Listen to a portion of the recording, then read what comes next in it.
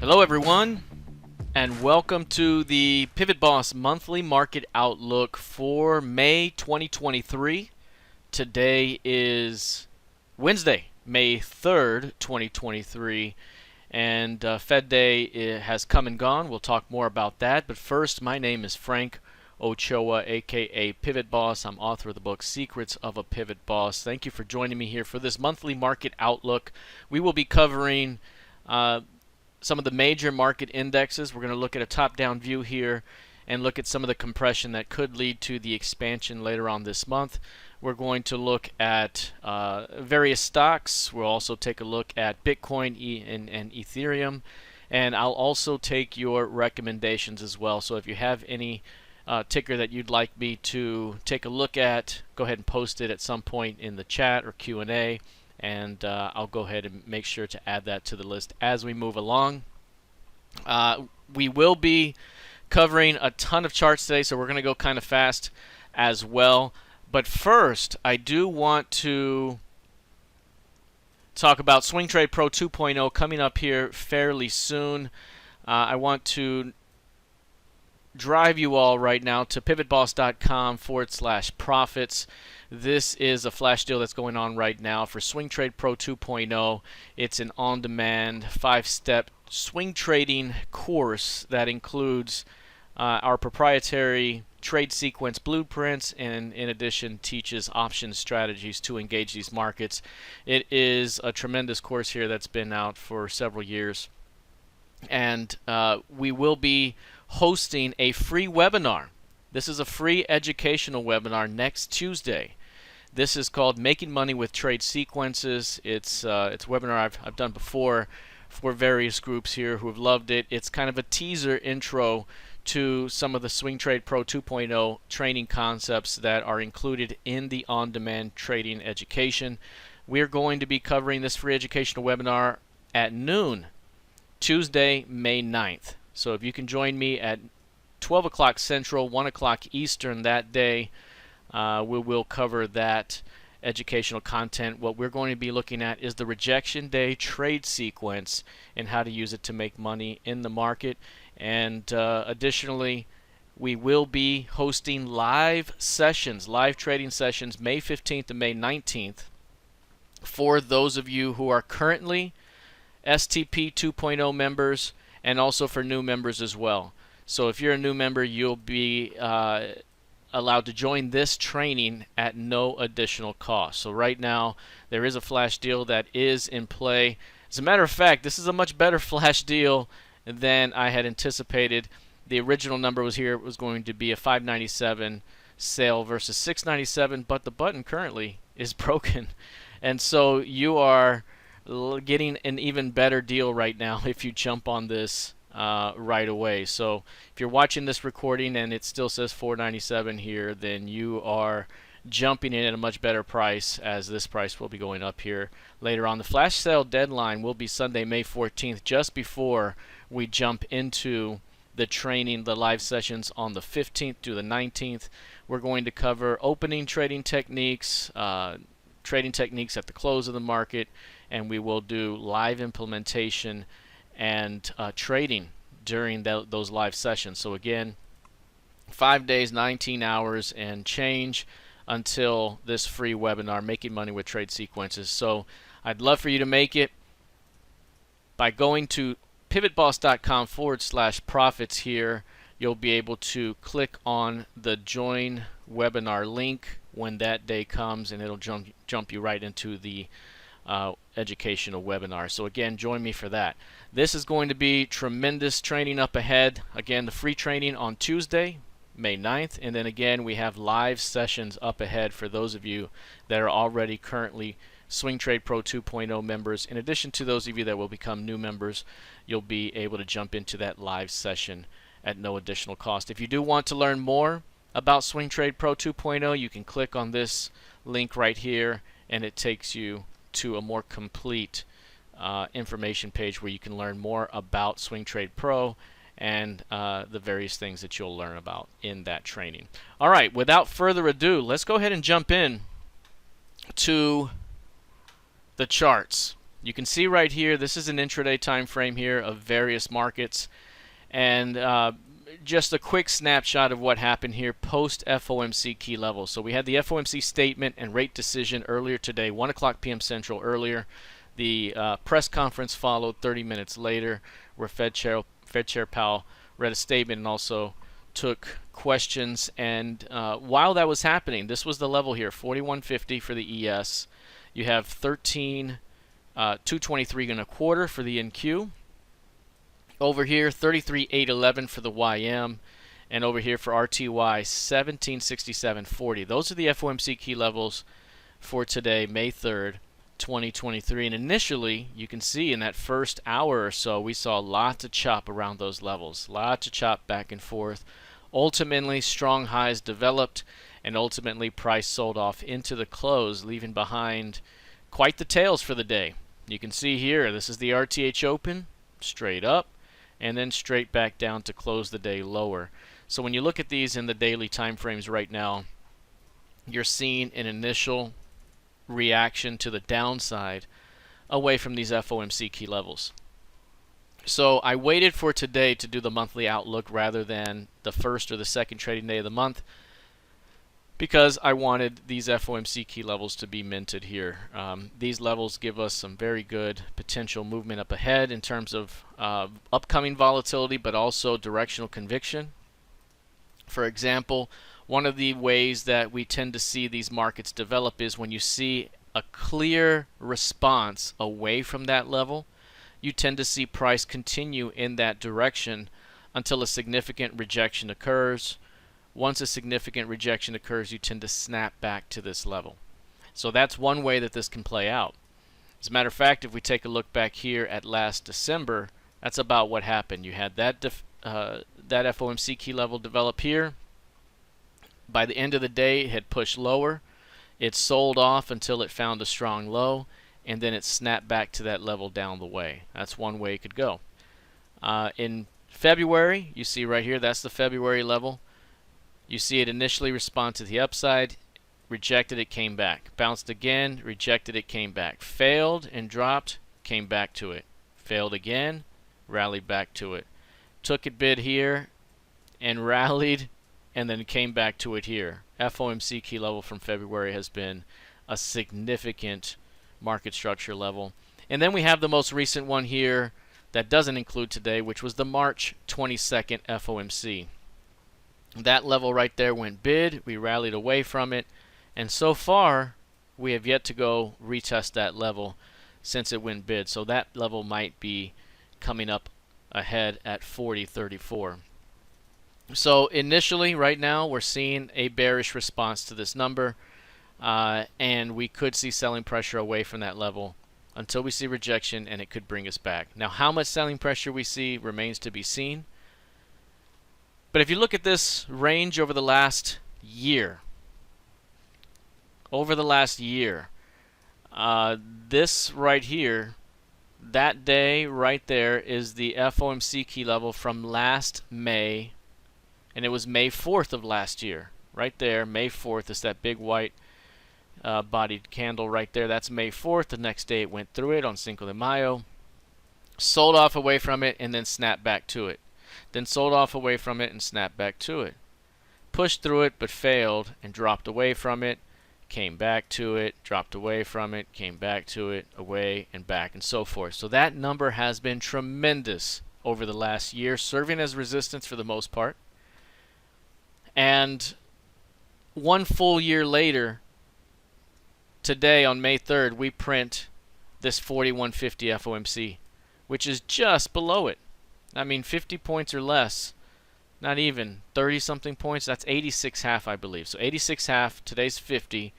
So that's a 36.5 point differential. One full year later, basically gone nowhere in one full year, other than above and below that level, and now converging significantly. Something's got to give soon. So these levels very, very important. We got our new ones here today. Now, if we just look at, say, recent price action here, we have this trading range that's been in play, 41.86s. Down here, call it 38.50. You got the middle somewhere around 40.20, 40.30, right? And that's been your range for the most part. Well, up here we've had this expanding range that's developed, and we've gotten pretty heavy at the upper end of the range. Are we about to transition through the midpoint of the range and go down to the bottom? That's been the thought process ever since this day here, where we kind of, for all intents and purposes, reached the edge. On that day, we mentioned, okay, we should be watching for rejection now for what could be a return back to the middle of the range and ultimately a push back across the range. A retest back at the previous year's close could be ahead, especially given the resistance we're seeing up here at the previous year's midpoint. So with the amount of selling pressure we saw away from the FOMC today, and how bearish the close was, and how we've returned from a failure to stay above the previous month's high and close, the expectation is for a short-term push at least to the previous week's low and the previous month's low. So at the very least, we go find this edge. If we smash through this edge up ahead, 40.70 or so, it will open up a potential transition day, something like this, that takes you from above here and now down through here. So if we push through 40.70 with a major transition day, that'll be significant, and we could be rotating back down. Now, this past month, April was tremendous in its diminutive size, very, very teeny range. As a matter of fact, let's take a look at this from a monthly perspective. Each of these years is 1 month, or each of these bars is rather 1 month. And you can see right here, that's last month's complete bar, that complete range. From high to low, that's the range of the month. And if you look down here, you can see how teeny that month was. That month is about as narrow as you'll find over the last 2+ years. You just don't see price range get that narrow very often. Again, if you see how narrow it is, it's from here this way, and all of these are mostly above it. When it gets that narrow, you tend to see a pop, you tend to see a pop back up. So right now we're narrow, and there is a shot here to see a breakout from that range, which could increase volatility. Now, do we rally up to about the average of that move? A 325 average would be about right. In terms of 325, we haven't really hit it all year long. We've missed it every single month this month, but we have gotten to about 300 points. So can we get to 300? This has been clearly a downward trend in volatility as this thing has compressed to this point right here, and soon something's got to give. So is this a narrow month of range here that's going to lead to a high range month in May? And right now we are on the cusp of opening up a heavy bearish month in May. If it takes out the previous month's low here after rejecting at the previous month's high, that's going to be an outside month down, and then you have the potential to see perhaps a stop run month down through that level, where the midpoint from high to the mid would be here, and then the rest of the range would be downward from there, the next half of the range. So again, could be significant up ahead if we see that type of move. Now here's what's particularly ominous about this range, is that 4,200 is a significant edge in this market. Prior it was 4,600 to 42, and then you have the 3,800 to 42. Those 400-point increments have been very important, and to not be able to get above this side would open up a hard test back down, perhaps taking us back to the previous year's low. That could be significant up ahead. Now, right now we're just looking for a return that takes us back to the previous year's close price, and we'll see what happens from there, but the potential for much more movement out of this range is huge.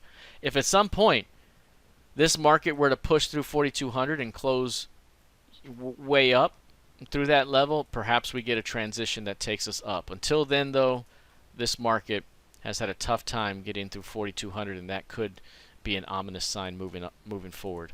Now we drop down to the weekly charts. This is something that we talked about here in the trading room today and last week, as a matter of fact. Last Friday, as these weekly bars developed, we noted how bullish this reversal was. Obviously, we had a massive sell-off for the week, and then Thursday was a massive day up. Friday was an inverted checkmark day up, and it was a 2-day move that took us all the way up, ultimately rejecting prices below 3-week lows and then turning to close on its highest level. Normally, in a bullish market, that would be a phenomenal bullish opportunity to push this thing up. But we haven't really been in a predominantly bullish market on the long-term basis. We've been higher here this year a little bit, but we're not forcefully pushing higher and marking higher, right? Instead, we're in a trading range with a downward bias. And to push through this midpoint here today and this week would suggest that this could be a bearish hanging man pattern, and from there you likely rotate again to the prior pivot low, which would be here and take us right to the previous year's close. So this is your trading range. You know, you go back and forth within the range. Right now, 4 or 5 week narrow range up here could fuel the move back down. So when we take a look at some stocks here and we take a look at some more of these markets, keep this in mind that at the moment these markets are lining up to be a bit bearish here as we head into the rest of the month and into the rest of the quarter, at least as of right now. We also have a bit of the sell in May and go away seasonal tendency that may come into play as well. And so right now already seeing a little bit of weakness here to begin May, although that sell in May and go away type of mentality can happen anytime throughout the month. Right now we're already seeing some initial selling pressure, but to close below this mid this week would open up more weakness up ahead in the weeks to come. And that could be quite bearish here back toward these lows. Now if you look at the NQ, similar weekly bar as well, only a much more bullish trend. The NQ has outpaced all the other equity futures markets this year. This one's up around 19-20% here and has been so for the last 6 weeks. But it has finally stalled up here in a way that if it fails, it opens up quite the reversal up ahead as well. So we have a boxy 4, 5, 6 week range up here. We got a failed new high approaching the midpoint of last week's range, and a failure at that midpoint could create a similar hanging man type of pattern. So where do we close against this mid? If it's through the mid, if we close below this mid this week, high odds we take out that low, and that could open up a return that takes us back to recent lows at around 11,800. Now, one thing we revealed in our trading room here are the key levels, the underlying key levels that the NQ is currently responding to, and it's on the 750s. So you have this level here, which is 10,750, that's the low end. You have the 11,750 here, which is this end. You have the 12,750, which is right here on this end, and then the 13,750, which is right here. So those 1,000 point increments have been very important. We've already taken this one bid, transitioned higher, came back to hold, transitioned higher, and again, in holding the 750 down here, you would think that 13,750 could still be ahead, but to fail here, you rotate back to the bottom of the previous distribution, which could be 11,750. So this pivot becomes super, super important up ahead. Just keep that in mind again for the NQ. Now, one thing we did mention to begin the year, our first monthly market outlook to begin the year, we mentioned to begin the year, the best case scenario is to see a bullish rejection of the close or the low of the previous year. If we can see a rejection of these levels early on, then we could be looking at a snapback to the previous year's midpoint. We've almost gotten there. Almost there. It's about 13,500 or so. Almost to that level. That could be a great level to still go get, but at the same time, if we reject at the mid, you start to work your way back down as well. The good news is for bulls, though, if you can push through this mid and hold acceptance above it, you have the upper half of last year's range that could be in play over time. So great compression here.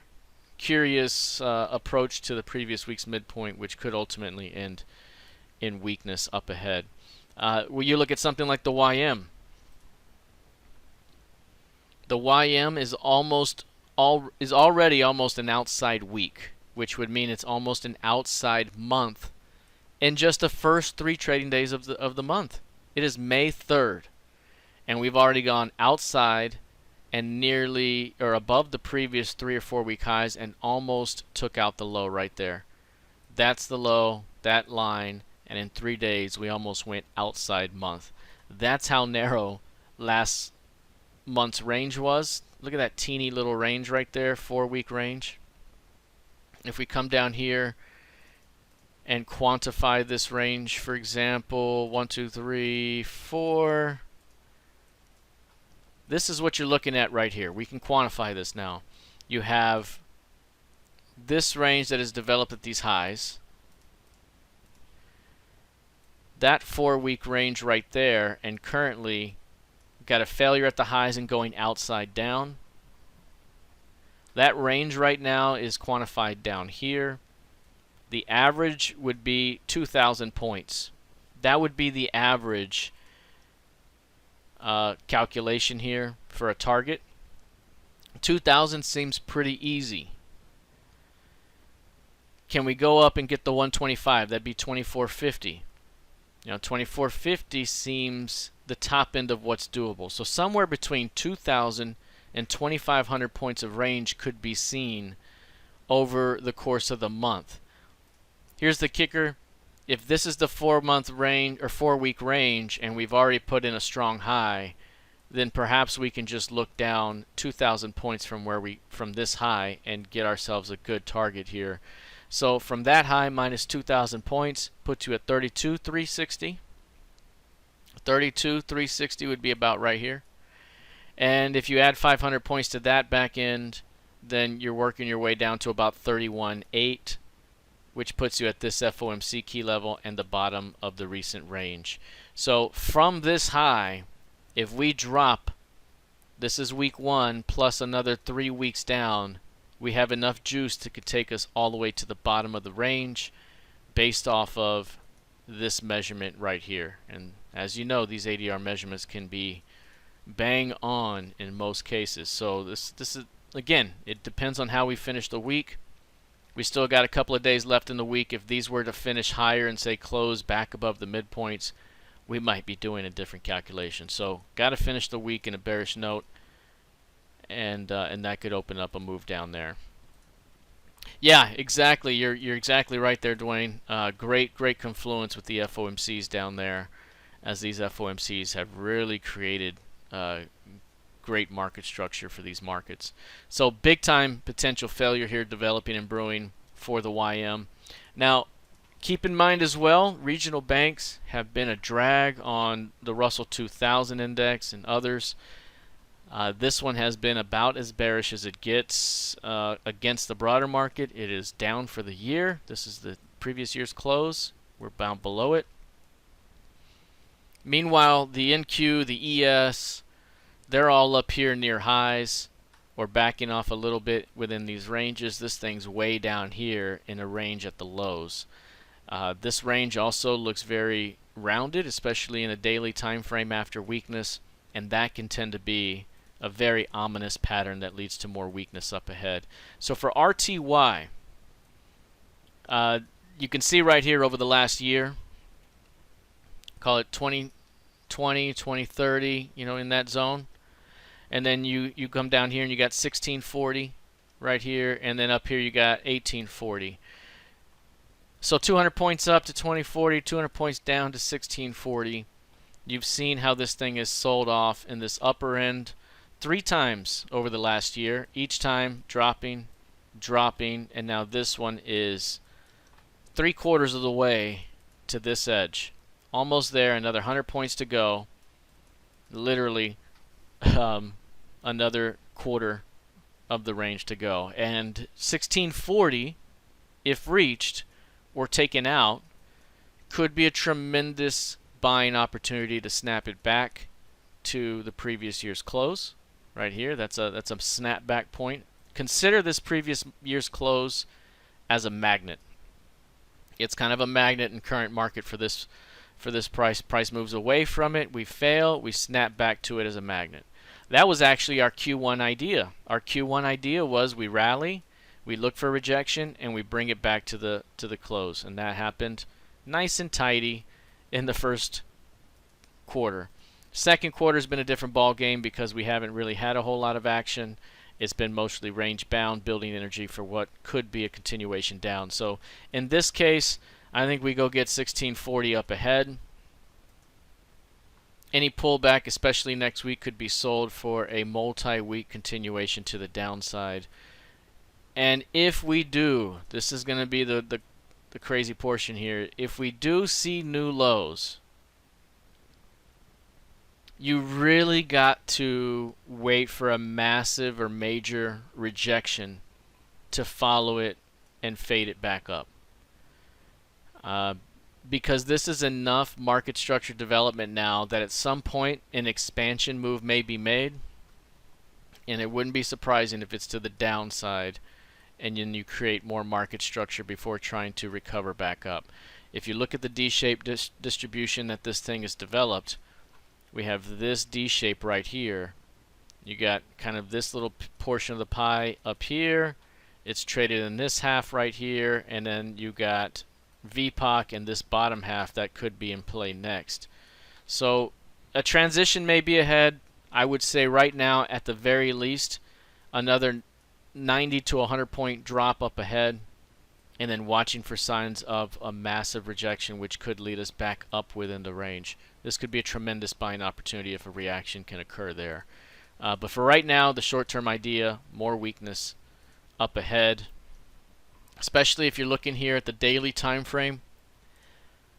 Look at how prices responded to the previous month's close price, that black dotted line. Here's your FOMC today, selling away from it after yesterday's weakness. And then you see that daily chart showing off that rounded top that is developed after selling pressure. That can tend to be super ominous. A major downside break could be ahead. And if it's through 1733.80, which has been a major support level based off the FOMC, then again you have clear air to run down to 1640. So tomorrow, from a short-term perspective, any morning strength could be sold perhaps for new lows up ahead as this thing gets going to the downside. You look at something like crude oil right now. This has had back-to-back days of 5% sell-offs. Yesterday was over 5% of a sell-off. Today, closing at 4.91% lower. That's a two-day range that's tremendous in size, and we're now below the previous year's low. This market has had a tough time going up, but when it does go up, it gets smacked right back down very easily. This is a very bullish rally, smacked right back down. A retest, smacked back down hard.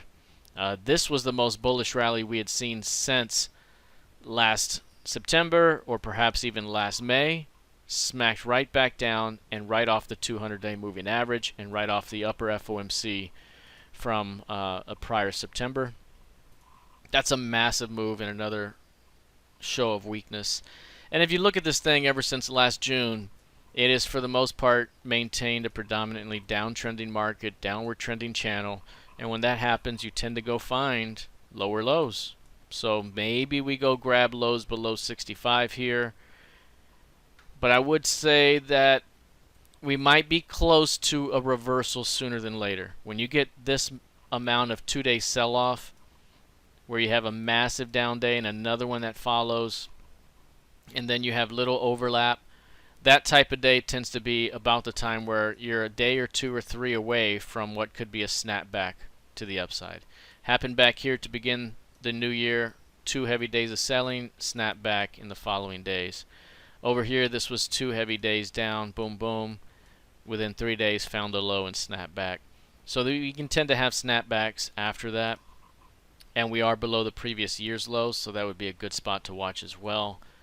But man, quite a bit of selling pressure here in crude oil. When you look at the wider time frame in the weekly chart, this is where it could get a little bit scary in terms of where we could go to the downside, because we have, again, almost like RTY, a very mature trading range that is developed, and at some point we got to get expansion out of this range, and clearly it ain't doing it to the upside, which means if we transition down, 5-year value is going to be right around 48 bucks. That could be the next move down, as it maybe trades and develops a range between 68 and 50. So this is the part of the chart over here where it's going to get very important to see. Do we find a low and bounce, or does this thing start to make its major move down? Large head and shoulder type of pattern developing, that can tend to be weak coming up ahead. So this market's still showing quite a bit of weakness, and really it was been a market structure reversal on the lower time frame charts. Big time rejection here, a failure at 81.50. Opened up our targets of 79 and 75.70.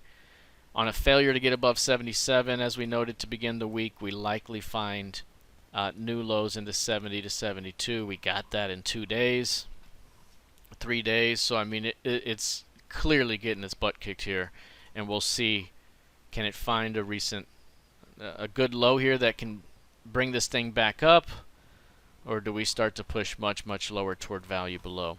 Looking for a potential reversal or rejection, but you don't want to fade it until you can see that strong rejection first. Now, I did want to talk a little bit about Bitcoin here. Bitcoin's very interesting the way it has consolidated around the most recent 2 FOMC key levels. You got this key level right here, March 22nd, and you got this key level today, May 3rd, and they overlap each other 15 points. So 28,640 is today's FOMC, 28,655 is the one from 6 weeks ago, almost perfectly on top of each other. And while you don't see that very often, it's incredible how often you do see sometimes these things overlay on each other.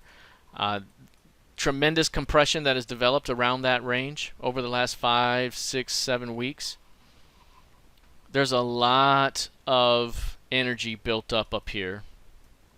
And just to recap, if you're new and joining us here and weren't with us a little bit earlier in the year, this one's already reached our major targets. The last one for us to reach for the year would be 3170, but it almost got it in the first 4 months. So when we began the year, actually when we ended last year, we had this market structure drawn up. So you had this market structure, 25 resistance, you had 21 as kind of the lower level, you had 18, and then you had the lower level at about 15. And we mentioned to begin the year, if we push through the 18,000 level, you likely see a move that takes us to 21 and 25 by the end of Q1. And we got that move. And noted before, if we get 25, the first pullback could be a major buying opportunity for what could take us to the previous year's midpoint.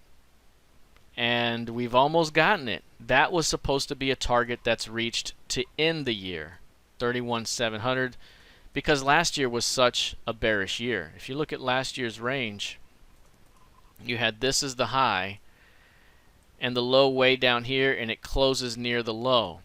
And so for those of you who have studied PivotBoss pivots with me, you know that when you close near the extreme of a range, that first reaction at that extreme can snap you back to the midpoint of the range. And so that was the idea behind 31.7 as our very doable target for the year. Not pie in the sky, not overly doing it. It was, this is a doable target, 31.7. Even though price is sitting here around 16K to begin the year, we may see this thing double to begin the year or by the end of the year. That was the idea, and we almost got there already. But what's next? we're sitting right a tremendous portion of the chart. I want to back out to the weekly time frame here. And if you look at the weekly time frame of Bitcoin, right now, this area where we're at, that's 30,000 right there. It's a tremendous area. Look at it. That's support. That's support. There it is right there. It failed and dropped, and now we're back to it. You get some rounded behavior. You get the market structure recovery, as we mentioned, your 25K level here, and now you've gone sideways for 7 weeks. So when you look at this 7-week range, quantify it with our PivotBoss Advanced ADR tool down here. This is what you get. You get this 7-week range as quantified down here. It's 52.5% of average, 4,680 points in that range. Normally, based on the averages moving backward, it would be about 8,500 points of range. But because it's so compressed, we may actually see price go find the 125% target projection, which is north of 10K, 10,675. That would be the 125% projection. So what does that mean? That means if you take this 7-week range, 1, 2, 3, 4, 5, 6, 7, that compression, it has enough energy to push this market 10,000 points one way or another. 10,000 points over the next 7 weeks. Over the next 7 weeks. But a 7-week range can turn into an 8-week range, can turn into a 9-week range. When are we going to break out? That's what we want to know. And so if we kind of line up the tea leaves a little bit, we're right at 30,000, as we said, that major area. We're in the midst of an up move, and we have this narrow range. So one thing we talked about in our trading room this afternoon was, if we break down out of this narrow range and can find a significant rejection, we can then project higher from that low, 10,000 points higher, and get a very reliable target on a swing position basis. So if price were to drop out of this range, hit 25K, and then start to fail back into the range, that 25K up to about 35K could be the move ahead. And basically that's kind of what happened here recently. You have 1, 2, 3, 4, 5, 6, 7-week range, just like we do here. Price dropped out of it here. Big turnaround the very next week, and you rallied 12,000 points. 19K to 31K. 19K or 20K. So about 12,000 points on that move. So it's already done it, and it could do it again. Over here, that was a narrow range, right? 1, 2, 3, 4, 5, 6, 7, 8 weeks of compression denoted right here, and then you see this thing lift to the upside, right? That upside lift was right here, and again, not quite 10,000 points, but was very close, 8,000 points or so, as the volatility was lower and it's starting to wake up. So this next wave, if we drop down, look, this is a rising 200-day moving average. That's a major CLVN. If we drop down and reject, again, like this, we could use that pivot low and forecast higher, about 10 to 12,000 points up ahead for a great move. Last thing I'll say about Bitcoin, if we can negotiate a move above 30,000 and stay above that level, you've now found the potential floor, and you start to trade back within this previous market structure. I'm not saying that we're going to go make the whole move at once. You probably bisect the ranges or double bisect the ranges. You know, you have this low range here, then this range up here to denote this action. And then once you're done with that, you probably work your way to the next levels beyond that. But this could be huge. That means that best case scenario, we might actually be somewhere north of 47,000 by the end of the year, if that can happen. So we'll see which way this 7-week range unwinds itself. Again, if we get what we're looking for here, it could be a tremendous rally up ahead toward 40,000. With regards to ETH,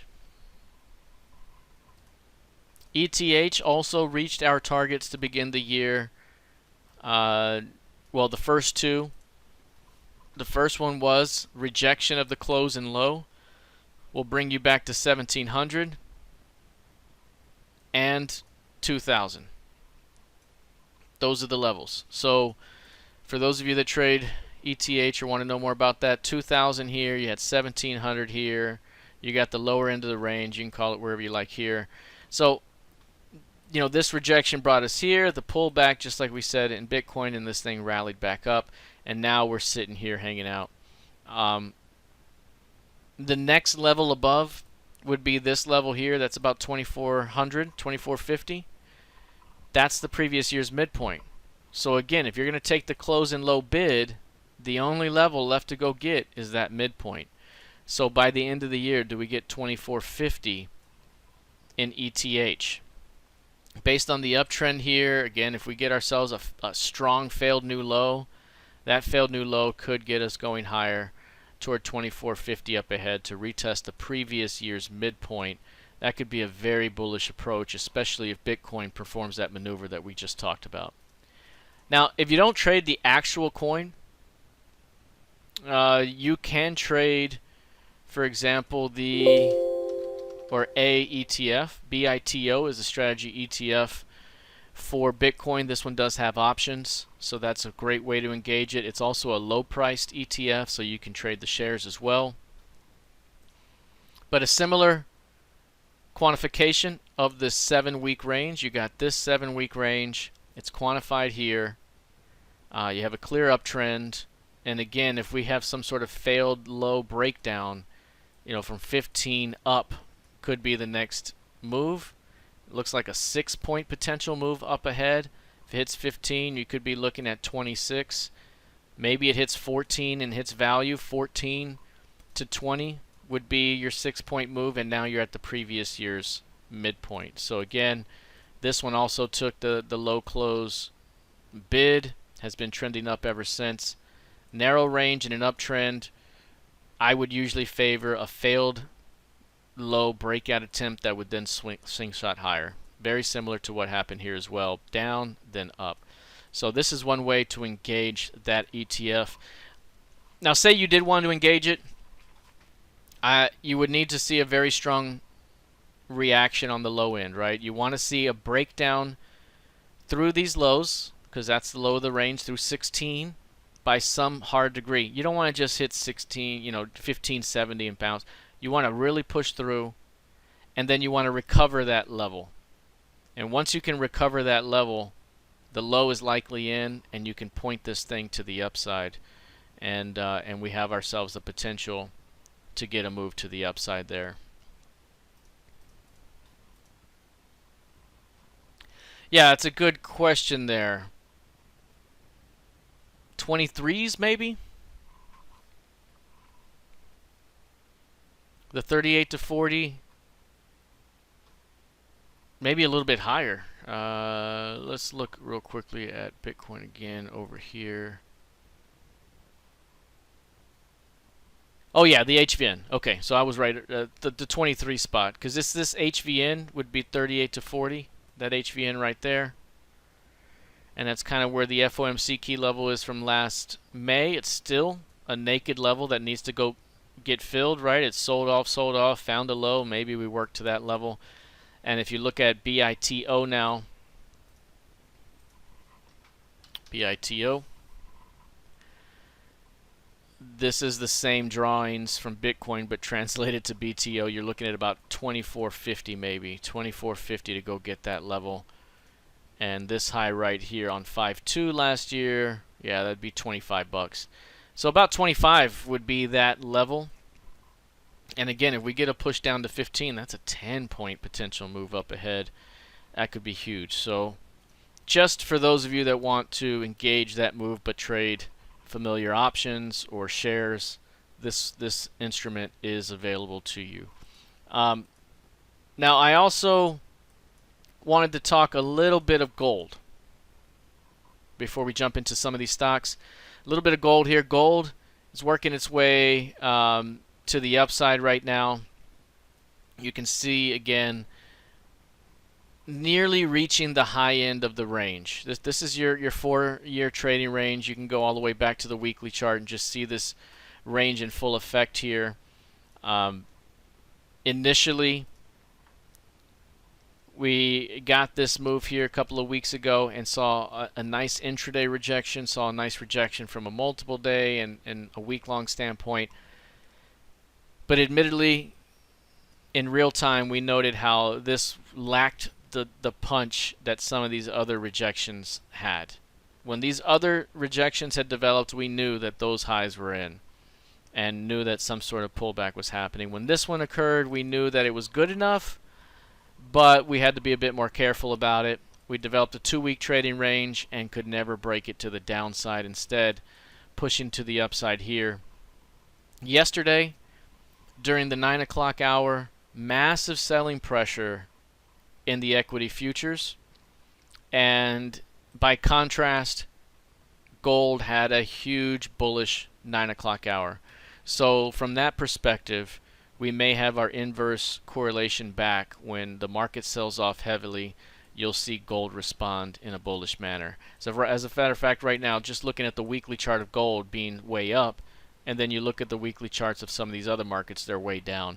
So already different, which means if we do pull back in the ES or the YM or the S&P in some of these markets, this one might make its move to new highs and challenge the edge.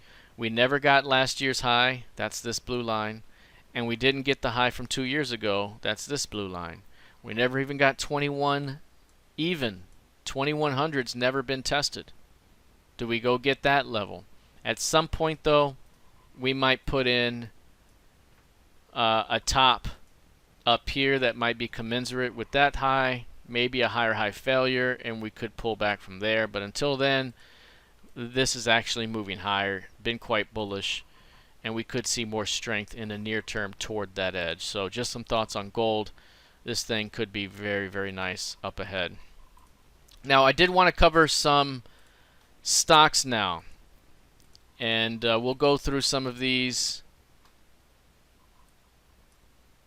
Some are ETFs, some are stocks, some are short term, some are longer term.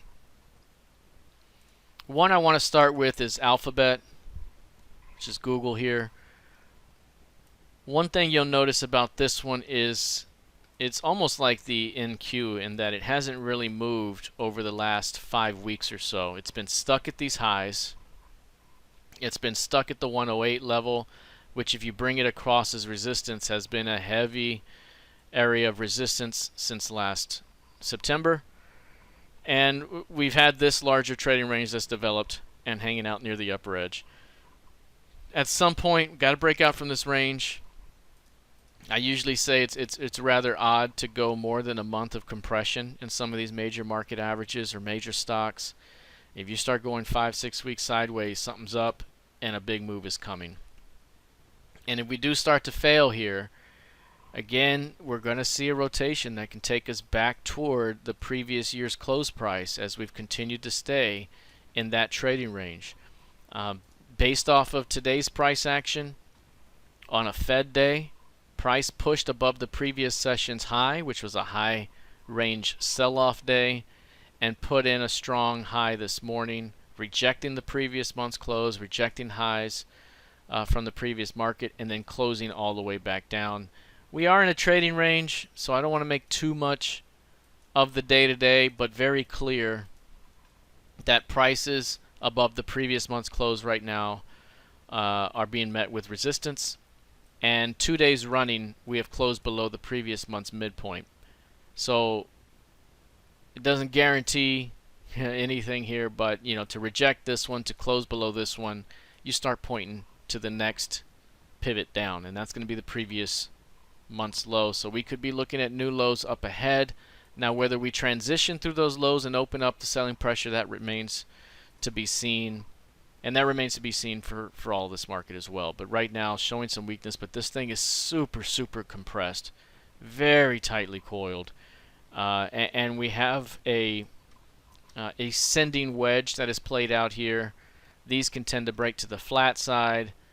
But either way it goes, it could be a pretty significant move. So we'll see how we respond out of this one. But this could be a big time leader from a bullish perspective if it's able to rally.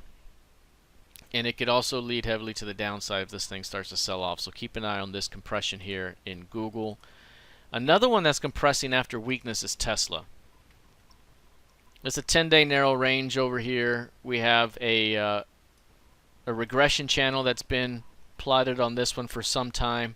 If you take this regression channel, which developed at the tail end of October 2021, you have this very well-defined channel. And something we've noted is how price has been hugging the midline of this channel, this regression channel, and has stayed in the upper distribution. After so long of doing that, you tend to transition. After so long of being in the upper distribution, you'll transition to the lower. Or after so much time being in the lower half, you transition to the upper. Right? That's just what tends to happen. And we've been up here long enough, and now we're hugging the center line here within a narrow 10-day range after a bearish gap on earnings. Do we finally go flush? Do we go flush, and do we finally take out those lows toward the channel boundary lows? That could be a significant move up ahead. Again, 10-day narrow range. You break 140, you open up this low down here.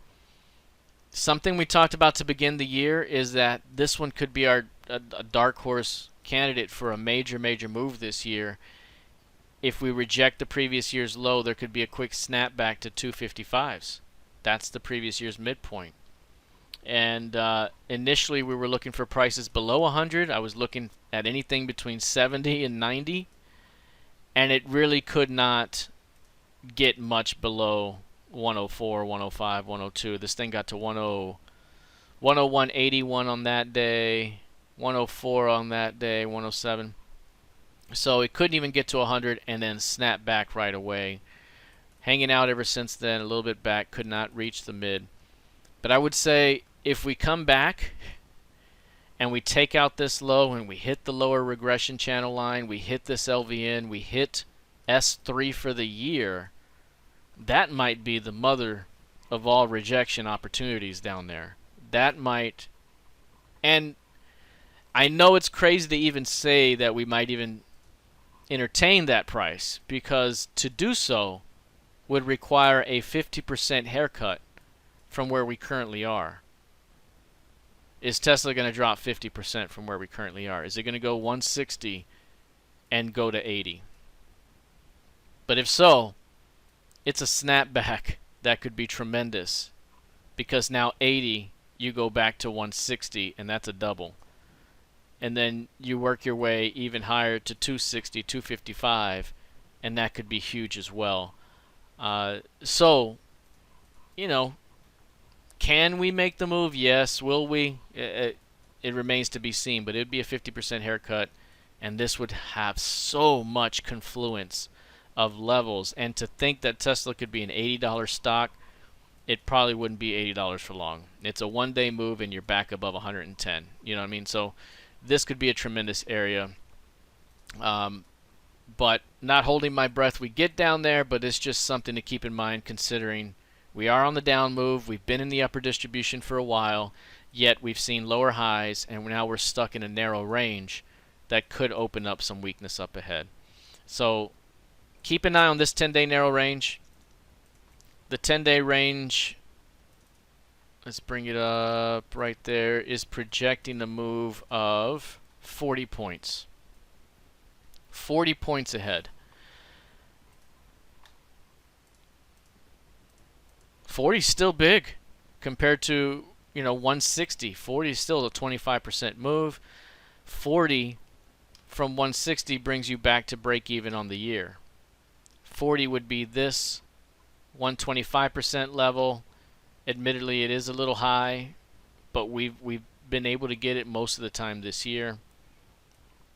Maybe we only go the average, which is 33 points. You're still going to be right in that zone. So which way we're going to break out of this? Is it to the downside? If so, we have a shot to at least go retrade the previous year's close price. So watching this area. Again, if we break through the highs though, what if we get a transition day through 120 or 170? Then you're looking at 30 to 40 points to the upside. And it takes you right back to the 200 day, takes you right back to where you came from, which might be most likely in general, right? We've been trading in this range, we've been trading in this range, now we have a narrow range here. If we pop back above 170, it just takes us right back in the range that we've been trading in. That's probably the most likely scenario, but again, when you're dealing with compression, it can break in either way. So watch the 170 to the upside, watch 150 to the downside. We could be looking at a nice breakout up ahead for Tesla based on the compression. Now here's one you probably heard on the news flow here lately. Uber has had quite the week. This is probably the biggest 1 month move we've seen in a long time, and it was just been 3 days so far. That's a huge move. You have earnings right here. Earnings coming in at 8-cent loss. They were looking at 9-cent loss, so 1 penny better than expected. This one's been a tough one because it's been beaten down for a while. But it has started the year bullish. The previous close, straight bid. And then it pushed through the midpoint, and it's hung around that level, and now gapped through that mid to get new highs. I mean, it's trading mostly up comparatively speaking. But it's really the weekly chart where things get very interesting. So if you go to the weekly chart, this is what it looks like in the weekly. You have kind of this rounded behavior here, higher lows. Then you have this massive transition week that's developing because there's still 2 days left in the week. But if you go back in time, you see a very similar event here, and you see this transition week right there. And it's coming out of similar multi-month ranges, perhaps a year of range-bound action. This is October to October. This is all of last year plus this year. If this is a true transition, if this is really a clue that it's getting bid up, especially by institutions or funds or whoever, then we may see a transition that takes us higher. And the next level up is going to be between 48 and 50, that LVN. Previous year's high is going to be at 46. Can this thing pull back and hold 35s and make a move for 50 or something like this? That could be ahead. So keep an eye on Uber again.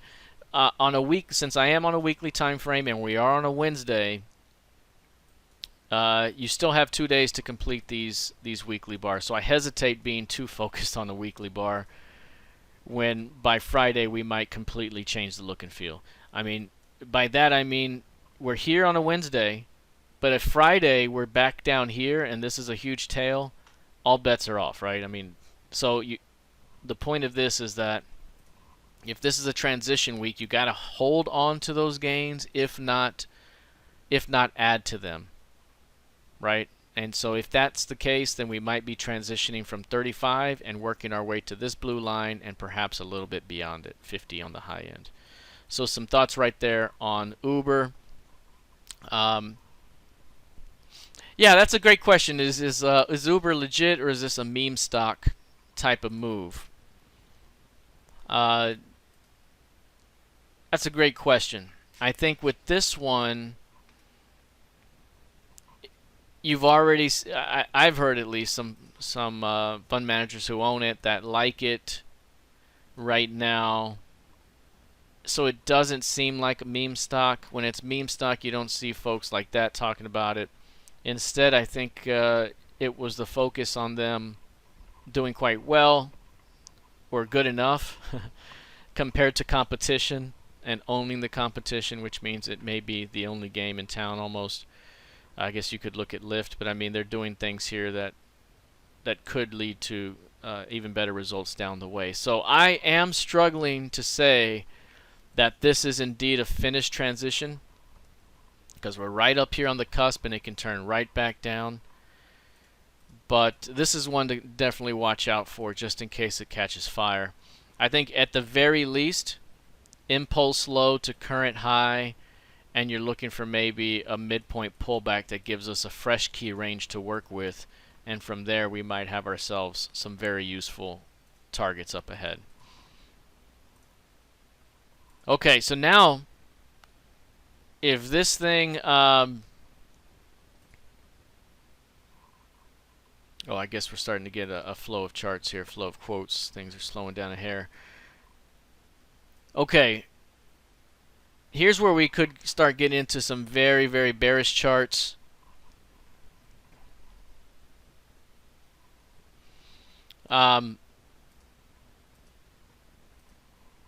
Let's grab this.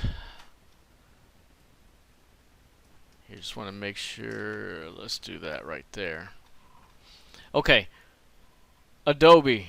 This is quite the bearish move right now. It's already sold off quite a bit. This, I would consider this kind of a short-term swing idea. It's very similar to some of the others that we're talking about, like the ES, for example, or the NQ, which is up here at highs with a range, and if it can transition, we go back to the bottom or at least break even. And today, this one sold off tremendously, big gap down, took out that prior pivot low. That pivot low is now resistance. Year-to-date VWAP is right there along with the previous month's low. That's also resistance on any pullback. And the target then becomes 320. 320 on these lows. Right now we're at 345, so there's 25 points of downside ahead just from the edge. But if you pull back a bit, say you hit 350, then you've opened it up by another 5 points. That'd be a 30-point move to the downside. So this one could be bearish up ahead for another 25 to 30 points down, depending on where that pullback comes over the next day or two. After a major sell-off day like this, there can be a tendency to have a narrow range day that follows. Say you have a narrow range day here, then the next day could be a failed new high, and you work your way down, outside day down. As a matter of fact, we started the monthly outlook today discussing STP, Swing Trade Pro 2.0, and some of the concepts that we'll be covering here next Tuesday. That would be part of a trade sequence right here that I'm discussing. It's knowing what days may come after the current session and where the potential entry points are, where the failure points are, etc. This is right along those lines. Now, what I would do here is take a look at the weekly chart and show you how bearish the weekly chart now looks. Now, the weekly chart has a narrow 5-week range, 6-week range, something like this. There it is right there, narrow range. And let's zoom in a little bit more. If you take a look at this most recent price action, last week was one of those reversal weeks, right? Thursday, Friday, price turned around, gave us a strong low. And like I mentioned, in a bullish market, a predominantly bullish market, this type of move right here with that type of failed new low after this narrow 4-week range, you're gung-ho for a move higher in a bullish market. In a bearish market, you got to be careful because a failure here, man, crude oil dumping on the after hours reopen, just got a low of 63.64. So dropping below the 64s here, hitting the FOMC key levels down there at 64. We just mentioned that a moment ago when we covered crude oil, when it was at 68, that we may need to go down and get the 64s up ahead, and we've already completed that move in the first 5 minutes of after hours trading. We'll look at that here again in a moment. But look at this right here, a failure. When you get a rejection day, and again, this is going to go back to the free educational webinar that I'll be hosting next Tuesday at 12 o'clock noon Central, 1 o'clock p.m. Eastern Time. It's designed to be during lunch so that we can get in, learn some concepts, and move on with the day, not have you all day long and make it a huge webinar. It's going to be a 30 to 45 minute quickie that shows you some concepts that you can use moving forward. This is a rejection day right here, or a rejection week, But when you fail to hold the midpoint, it becomes a failure of the absorption point and becomes a potential stop run down and a continuation to the downside. So again, we haven't finished the week, but that's a heavy push through the mid. It's a heavy push through the low. And now we have a developing stop run week down. Again, the idea would be any pullback over the next week could be a continuation down to 320 up ahead. You got this narrow range and you're failing now. 1, 2, 3, 4, 5 weeks. Let's quantify that one last time here and then we'll move on. On that 5-week narrow range, we have a reading of 70 points. A potential 70-point move could be ahead, and we've already probably done a lot of it. We've done half of it. You can use this high and forecast lower 70 points, and that'll give you a good target. The high is 378. Minus 70 puts you at 308. 308, this is 310 right here. 310, this is the 320 that we're talking about. And so from this high, and you've broken this range to the downside, you project the 70 points to the downside from that high down, and you got somewhere in this zone that could be ahead. Does that mean sell today or sell tomorrow? Probably not. What it means is you want to see this week finish below last week's low, and then next week could be an entry. So next week could be a pullback on a Monday or Tuesday.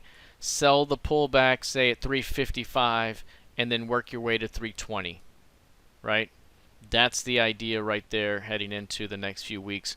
Look to sell the pullback here early next week. So that could be something there that's in play. But right now, reopening of these markets and a bit of weakness here. Let's take a look at TripAdvisor. TripAdvisor was down 6% today. From a weekly chart perspective, failed new high in a downtrend, very bearish. Those are some of my favorite sell opportunities, is a failed new high in a downtrend, failed new high in a downtrend as this thing continues to work its way down. But we may be approaching a low.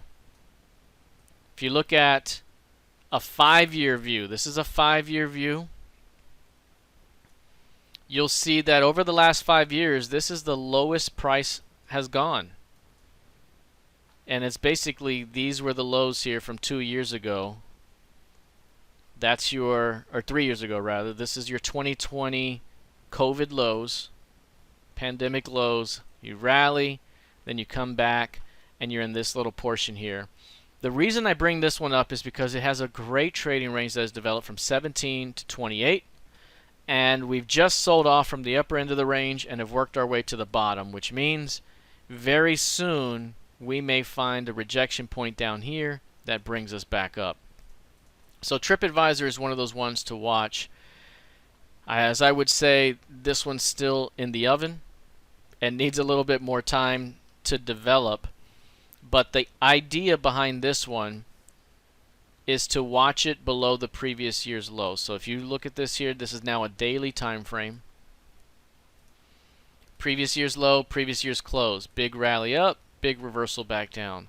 If we take out these lows by some degree here and reject those lows, it could be a tremendous opportunity to snap it back into the range up above. So it's working its way down, very bearish right now. I wouldn't fade into it. It's not an opportunity to buy this moment.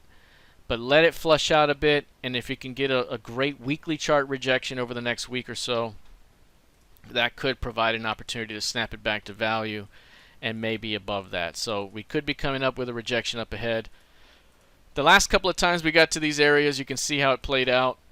Dropped here, narrow range, broke out of that narrow range.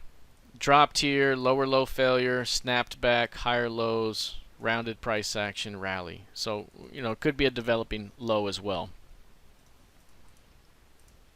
Yeah, I'll take a look at that RC as well. Almost there.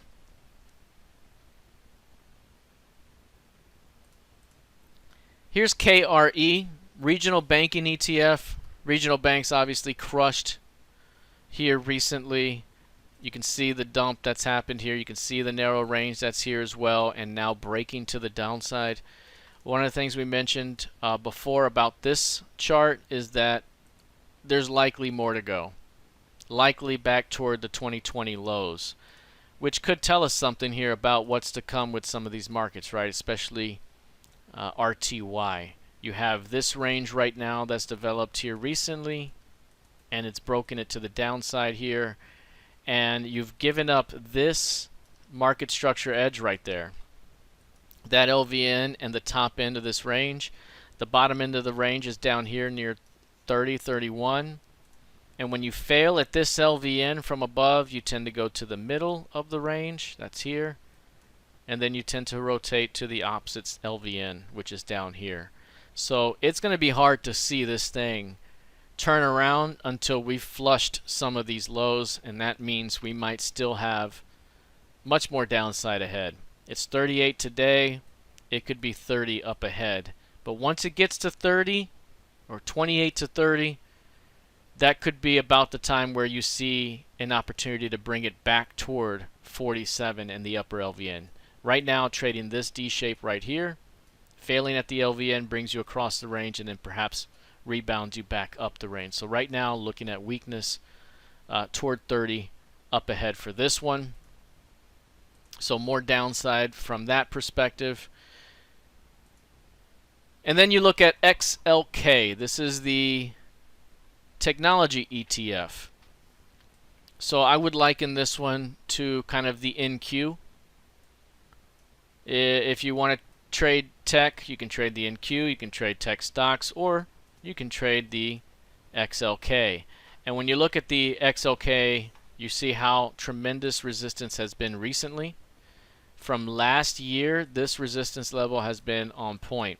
Now obviously we've had a tremendous move higher into that level to begin the year, just like the NQ. But something's got to give. We either got to break through and make a move, or we're going to start to fail back below and start making a move down. Which way is it going to be? Again, it could go either way. We have an uptrending price action. This market hasn't failed just yet. But when you look at the weekly chart, that's where you're going to start to see the potential for this outside reversal failing. Failed new high could take you through these lows, and all of a sudden this action right now unravels to the downside through that pivot low.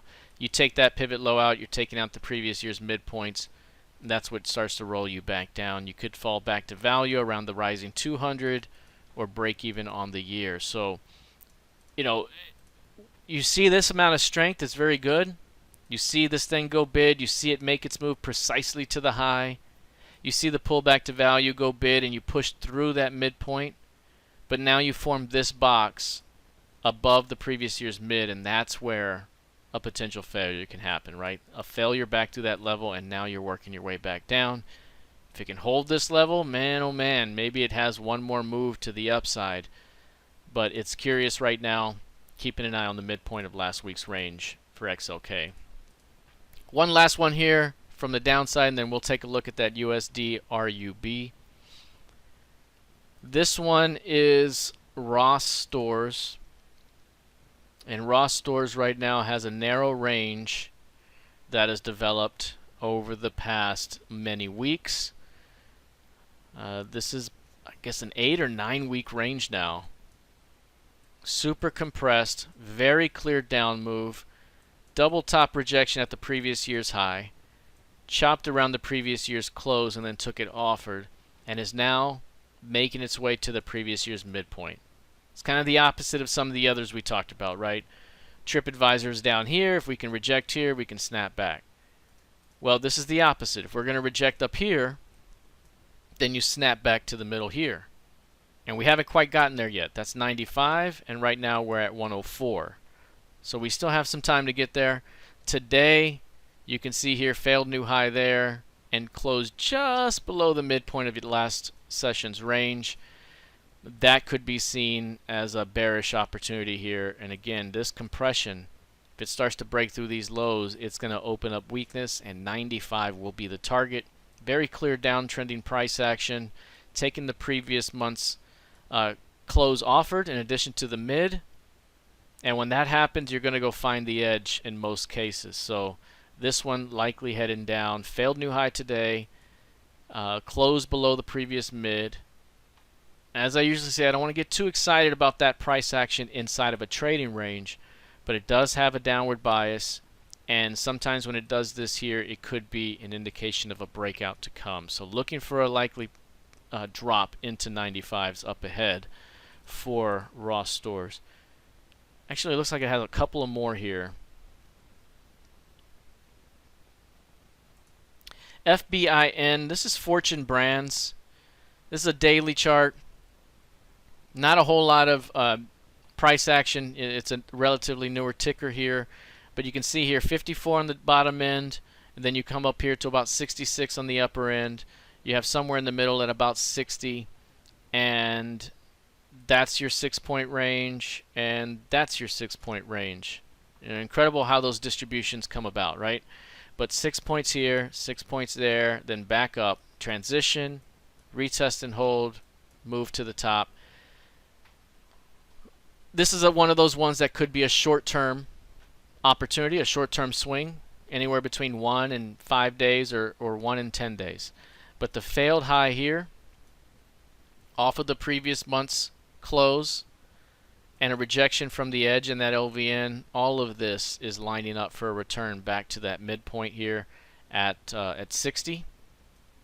Maybe we continue to trade between 60 and 66, but a failure at that 60 opens up the lower edge between 60 and 54. As of right now, the idea is failed new high, narrow range price action near the LVN, and you're working your way down to 60 up ahead, which is the midpoint from last month's range. So if you're going to reject the high and the close, you return to the mid. $60 could be ahead for this one on a very short-term basis. And last one here is EIX, Edison International. This one has a major rejection at the edge of the previous year's range. You can see how large this trading range is. Here to way here, the midpoint way down here. Closed near the mid last year, so made its move to the top. And then look at this reaction that's happening here, especially today on earnings. This thing came in with a $1.09 earnings per share, and that is 5 cents higher than the estimate, and a massive sell-off. If you look at this one in the weekly time frame, again, a lot of weekly charts on a Wednesday. That can kind of be a little just unnerving, just because the whole look and feel of the weekly bar can change by the last 2 days, as we saw last week. But if it stays bearish like this, could be very bearish to come. So to get this massive outside week reversal, to get that outside week reversal at a major LVN at 74s and the previous year's high of 73s, and to do it following a squat bar week, all of that leads to the potential for weakness perhaps ahead, away from this level. Again, this could be one that takes some time to get going, but I would say if it finishes lower here, any pullback next week could offer an opportunity to sell it for a continuation back down as this thing eases back off of the previous highs. Now there is one here. RC was asking about USD RUB. This is the dollar versus the Russian ruble, and this is the spot price. And there was a question a little bit earlier regarding this one and which platform might plot it well and things of that nature. At the moment, I'm able to plot this one here on the daily time frame. I'm not seeing any intraday data for it, but this is the weekly chart right there. You can see the daily chart pops up here for the ruble spot. I wonder if there's another resource that shows the intraday data, but this is what it looks like here at the moment for at least the end of day chart. I'm not seeing the intraday, but this is the end of day chart. You can clearly see the strength here recently, 62 to 82. It's a massive move. Maybe we've backed off the highs now and have put in some highs here, but if you look at the weekly time frame, and go back out a little bit in time frame. ES near the previous week's low here on after hours trading. This chart's newly developing here, but 60 on the low end of the range, 70 is the middle or the top end of that middle range, and then you get 80 on the other end. So you got those 10-point increments. 10-point increments, 60 to 70, 70 to 80, and we just reached the top end of that upper increment. So typically speaking, if you're going to go up through a distribution, then transition to the next highest, you don't tend to go another distribution, a third, unless you are in the most extreme bullish auctioning market. If it's an extreme auction for that market, then you will go a third extreme. That only happens, again, in those wild NG type markets, right? Nat gas, where it rallies like this real quick and rallies the next distribution, rallies the next distribution, only to auction it down the road. So normally you wouldn't see 3 distributions pass through, which is my long way of saying to do this, then to do this would suggest you may pull back to 70 and maybe fill out in here a little while. We haven't filled this portion of the profile. We've been stuck in this lower portion. So now that we've transitioned, you may fall back to 70 and trade in here a bit. Beyond that, it's going to be hard to tell what happens with this one. But at the moment, quite a bit of strength here to begin the year. Maybe we've reached the upper end of the range near 80, and if we can't get through 80, 70 might be the retest up ahead. So RC, that's USD versus the ruble.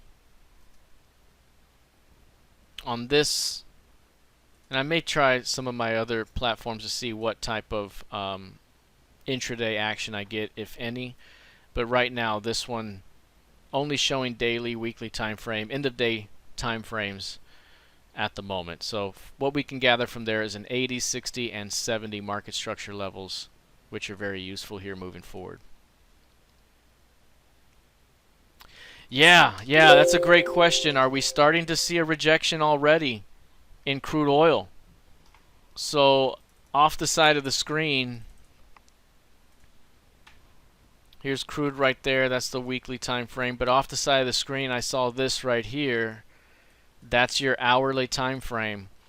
Here's your after hours reopen, and things slammed down, hit 63, 64 as I mentioned, and started to bounce back up. That bounce continues to be in play, and now we have ourselves a developing wick reversal at the moment. That's the one that Dwayne's talking about right there. It's incredible how fast that happens, but we were just mentioning at the beginning of this webinar how we may need to go take out the prior pivot low, which is right here, and we've already done it. And that 63.95 zone is a double FOMC key level from May and April 2 years ago, and you can see it just continue to hold a support. This is going to be very interesting. You look at the daily time frame here.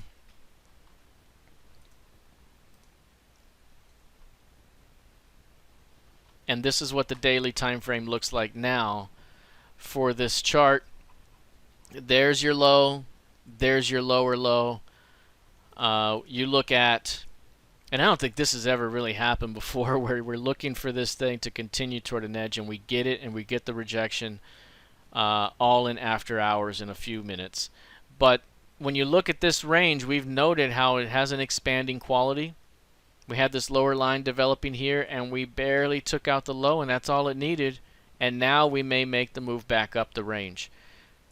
If it is going to make the move back up the range, year-to-date value might be a sticky level. That's 76.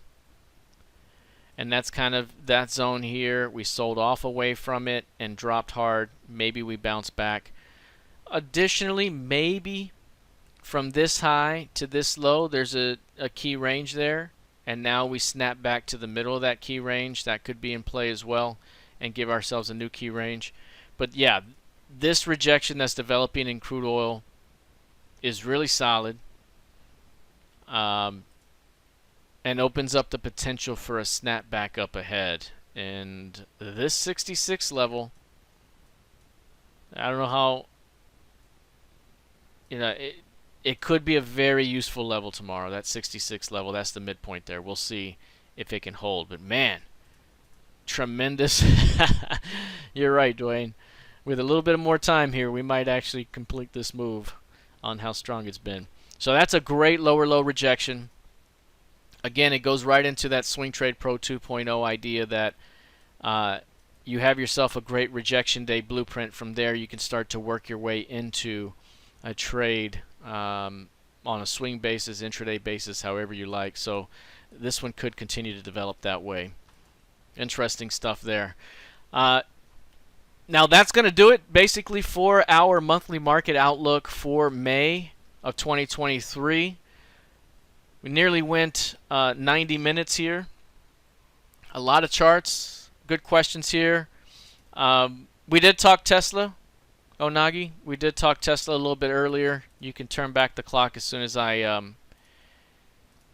put this recording out. But basically, just a quick recap: we quantified this 10-day narrow range. The 10-day narrow range is pointing to 70 points of a breakout move up ahead. Based off of the current price action, those 70 points, it makes more sense that it would come to the upside. So break to the upside through these highs could open up a 70-point move up. If it's a 70-point move to the downside, it opens up a return that lines up almost perfectly with the previous year's lows. So 70-point breakout move out of this 10-day range could be ahead. And again, you can go back to the recording and get the full view on that. Now, I do want to end real quickly with a reminder here. A reminder to go back to, I'm trying to find this link over here, pivotboss.com/profits. pivotboss.com/profits. This is for Swing Trade Pro 2.0. A tremendous 5-step swing trading blueprint here.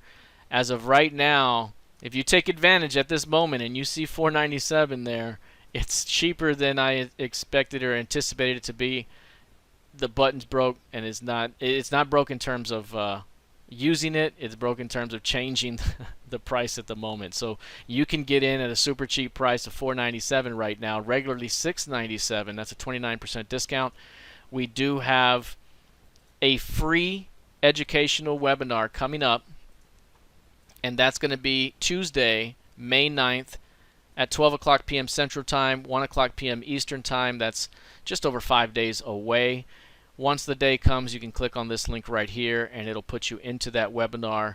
We're going to learn about the rejection day trade sequence and how to make money using that sequence, in addition to how to enter those trades, where the entries are along the way, in addition to any failure points. And this comes straight out of our Swing Trade Pro 2.0 training, which is an on-demand training program here where everything is already archived and ready to go. If you jump in right now, you can get 10 hours of on-demand video training that teaches you this 5-step swing trading blueprint. You're also going to get a 135-page Swing Trade Pro 2.0 PDF. It's basically a 135-page book that gives you all the content right there in one spot. We're having a 5-day live sessions coming up, but we had one here before, and that's recorded, so you can rewatch that one. All future live sessions, like the ones that are going to be coming up this May, if we have any down the road, those are all yours, included at no additional charge. And as always, 30-day 100% money back guarantee. And again, if you want to learn more about that webinar, it's here. You want to learn a little bit more about the live sessions, is here. And if you click on this learn more about STP 2.0, it's going to take you to the full page here where you can read about each of the steps and what you'll be learning about in the program. So again, fantastic stuff coming up here ahead. Looking forward to seeing you all for the webinar next Tuesday, and also for live trading coming up in the weeks that follow. All right, everyone, thank you very much for joining me here today for the PivotBoss Monthly Market Outlook for May of 2023. Good luck, trade well, and as always, I'll see you in the trading room. Take care.